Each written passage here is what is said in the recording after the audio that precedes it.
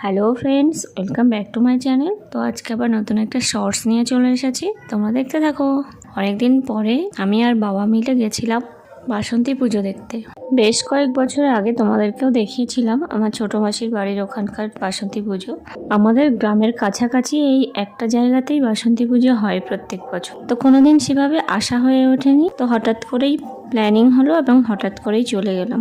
বাসন্তী পুজোকে আসল দুর্গাপূজা বলা হয়, কিন্তু আমাদের এখানে শরৎকালের দুর্গাপুজোটাই বেশি হয়ে থাকে। তো যাই হোক, আমরা ওখানে বেশিক্ষণ থাকিনি, কারণ সন্ধ্যা আরতি হওয়ার কোনো ব্যাপার নেই, যেহেতু দশমী হয়ে গেছে।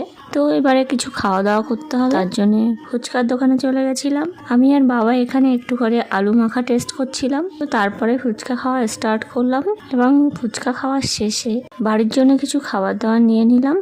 আর আজকের ফুচকাটা একদমই ভালো ছিল না, বেশি তাই খেতেও পারলাম না। তো সব দিন সমান হয় না, এটা ভেবেই বাড়ির পথে এগোলাম। আর এখানে যেতে যেতে তোমাদেরকে কিছু ছোট ছোট দোকান যারা বসে তাদেরকে একটু দেখিয়ে দিই। এখানে দেখো, একটু প্লাস্টিকের জিনিস, স্টিলের জিনিস বিভিন্ন রকমের এখানে পাওয়া যাচ্ছে। আর ছোটদের কিছু খেলার জিনিসও ছিল। তো যেহেতু একটাই পুজো হচ্ছে, সেই উপলক্ষে বেশ কয়েকটা দোকান এখানে এসেছে। সবাই যেহেতু এই গ্রামের মধ্যে এই পুজোটা দেখতে আসছে, লোক সমাগমও বেশ, সেই জন্য। তো এখানে আমি কিছু দরদাম করছিলাম, কিন্তু আমার কিছুই পছন্দ হলো না। অলরেডি আমি দোলমেলা থেকে সমস্তটাই নিয়ে নিয়েছি, যা কিছু এখানে ছিল, তাই জন্যে আর কিনে পয়সা খরচ করলাম না।